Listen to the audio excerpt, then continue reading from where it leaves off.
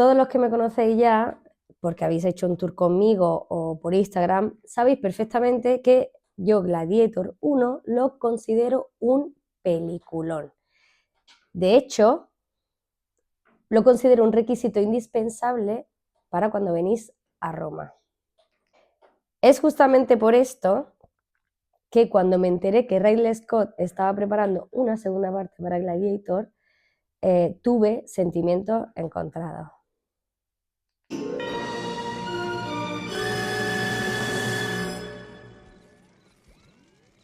Muchos me habéis pedido mi opinión con respecto a la película y como no podía resumir absolutamente todo lo que quería decir en un solo reel, o era prácticamente imposible, es por lo que me estoy estrenando en YouTube. Tengo pensado subir muchísimos más vídeos al canal, quiero empezar a hacer itinerarios, restaurantes, consejos muchísimo más alargados, a lo mejor incluso visitas a museos o incluso pequeños tours para que podáis conocer mucho mejor Roma cuando vengáis. Así que no olvides en suscribirte, que a ti no te cuesta nada y a mí me ayuda muchísimo, dale a la campanita para no perderte nada. Bueno, pues sin darle muchas más vueltas y respuesta rápida para todos aquellos que viven con prisa y no quieran entender. Mi opinión respecto a Gladiator 2 es que si te gustó la primera, pues merece la pena que vaya a verla. What? Probablemente no es lo que os esperabais que dijese, pero es que sinceramente no me ha parecido tan mala. Y es que si esperaseis que hablase de todos los errores históricos que tiene la película, pues es que tendría contenido para este canal pues como mínimo para 2 meses, solo con el tráiler. Y yo considero pues que no estoy aquí para eso, o a menos que no me lo pidáis. Si lo queréis, ponedmelo en los comentarios y hago pues un examen exhaustivo de lo que van a ser los errores mucho más graves, aunque al final de este vídeo algunos los voy a decir también. Sí, y es que yo estaba aterrorizada, sobre todo después de haber visto pues la película anterior de Ridley Scott sobre Napoleón, pues me imaginaba lo peor, un drama. No podía ir con las expectativas más bajas.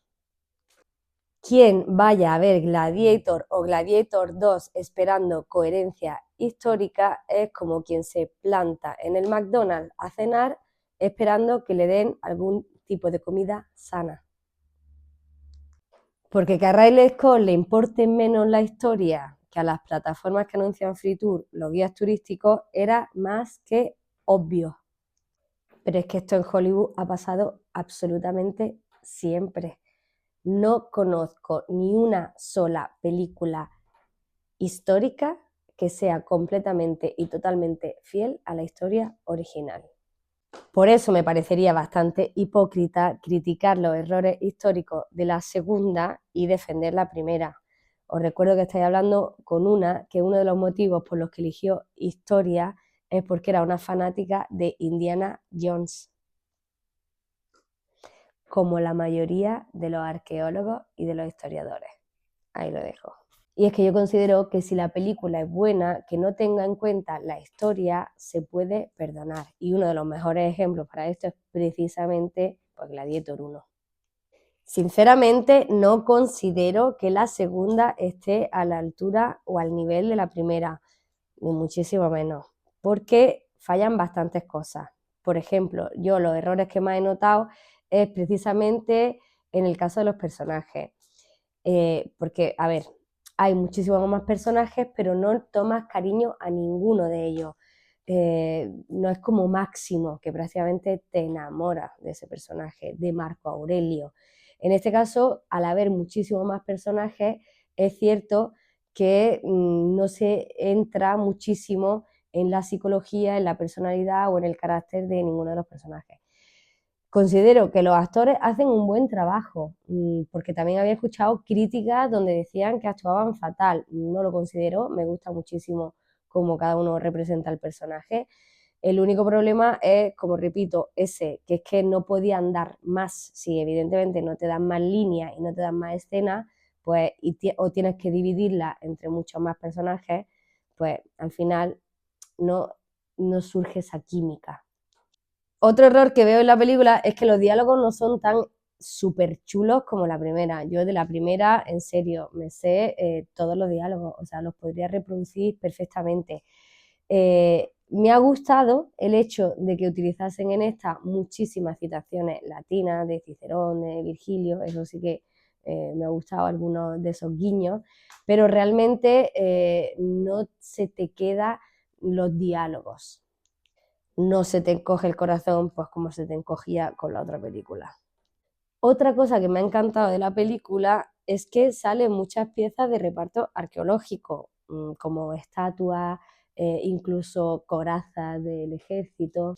Los efectos especiales en general me han gustado bastante. Sinceramente considero que ni tan mal. Ver el Coliseo completamente lleno de agua y la naumaquia es algo que mola muchísimo. De hecho, mi escena preferida de toda la película es cuando meten en el Coliseo los tiburones blancos. Sí, sé lo que estáis pensando y lo siento muchísimo por mi amiga Sandra Artusa de lo que estará pensando en este momento, pero sinceramente es una pasada. Quiero pensar que para la mayoría sea completamente claro que esto era algo total, completa y absolutamente imposible en la antigua Roma. Pero os digo más, porque era biológicamente imposible. Porque si los romanos, por alguna razón, hubieran podido mínimamente poder poner tiburones en el Coliseo, conociéndome como yo me los conozco, os puedo asegurar que seguro, seguro que lo hubieran puesto. Y es que yo considero que en la película hay errores históricos muchísimo más graves que los de los tiburones. Pero para hablaros de ellos, os tengo que avisar que ahora empieza el momento spoiler, ¿vale? Entonces, todos aquellos que no habéis visto la película, parad el vídeo, lo guardáis y cuando la hayáis ya visto, podéis volver aquí y os termináis de ver este vídeo. Porque si no, la que avisa no es traidora, ya sabéis, es avisadora. Bueno, ¿y a qué error histórico me estoy refiriendo cuando digo que es más grave incluso que el de los tiburones? Pues me refiero precisamente al de la batalla de Salamina. Sinceramente, o sea, ¿por qué digo esto? Porque, bueno, cuando sale la batalla de Salamina, la naumaquia, o sea, la batalla naval, dicen, la batalla de Salamina, anunciada como la guerra o la batalla entre los persas y los troyanos. O sea, sí, los troyanos. ¿Qué dices? ¿Por qué? ¿Por qué? Sé que es una cosa que pasa casi desapercibida, que muchas veces ni siquiera muchos lo notan, pero es que realmente decir que la batalla de Salamina fue entre los troyanos y los persas, como decía, pues es que a ellos no les cambiaría, no les hubiera cambiado absolutamente nada decir correctamente pues que fue entre los persas y los griegos, que ahí los troyanos no tenían absolutamente nada que ver. Eso no hubiera cambiado absolutamente nada la película, lo único que hubieran tenido que poner los escudos de los troyanos, pues de otra manera, lo hubieran tenido que poner los escudos griegos, ¿vale? Pegado a las naves y ya está. Porque todos los demás errores, como os decía, históricos, que tengan algo que ver con la trama, pues todavía, si queréis que os diga la verdad, pues hasta los puedo entender. O sea, que en la primera película, pues tú me mates a Marco Aurelio tal y como sale, aunque no haya sido así, aunque realmente ni Marco Aurelio haya muerto así, asesinado, ni por esa persona, y así no hago muchos spoilers, pues lo puedo entender, porque así tú en el minuto 1 en Hollywood tú tienes que saber quién es el malo para odiarlo tranquilo durante toda la película. Y esa es la opción más fácil. Pero en esta no entiendo o sea, es que bastaba entrar en Wikipedia, por favor, para ver esto. Pero bueno, como decíamos al principio, no hemos venido aquí a hablar de errores históricos, porque además, después de haber visto la primera batalla de la película, que es la conquista de Numidia, cuando Numidia estaba dentro del Imperio Romano desde hacía más de 200 años, después de ver a Lucio y sus amiguitos jugando al fútbol en el norte de África, después de haber visto los monos zombies, pues tampoco nos vamos a poner exquisitos. Por eso, al final de cuentas, considero que cumple con las expectativas, con lo que promete y con lo que al fin y al cabo pues quería el público, sobre todo estadounidense. Otra cosa que he echado de menos, sin duda, ha sido la banda sonora de la primera. Es que, bueno, en fin, no hace falta añadir nada más. Hubiera sido genial que la historia también no fuese completa, total y absolutamente calcada a la primera. O sea, un hombre al que le matan la familia y que busca venganza y se convierte en gladiador. Me hubiese encantado que me sorprendiesen con algo nuevo o ligeramente diferente. Pero mira, al final de cuentas, si os digo la verdad, yo me he divertido muchísimo con la película, sobre todo viendo a mis amigos romanos alucinando con la escrita en inglés dentro de los muros del Coliseo y los periódicos. Y es que en un mundo perfecto sería maravilloso, sería realmente fantástico poder estudiar historia viendo películas y series.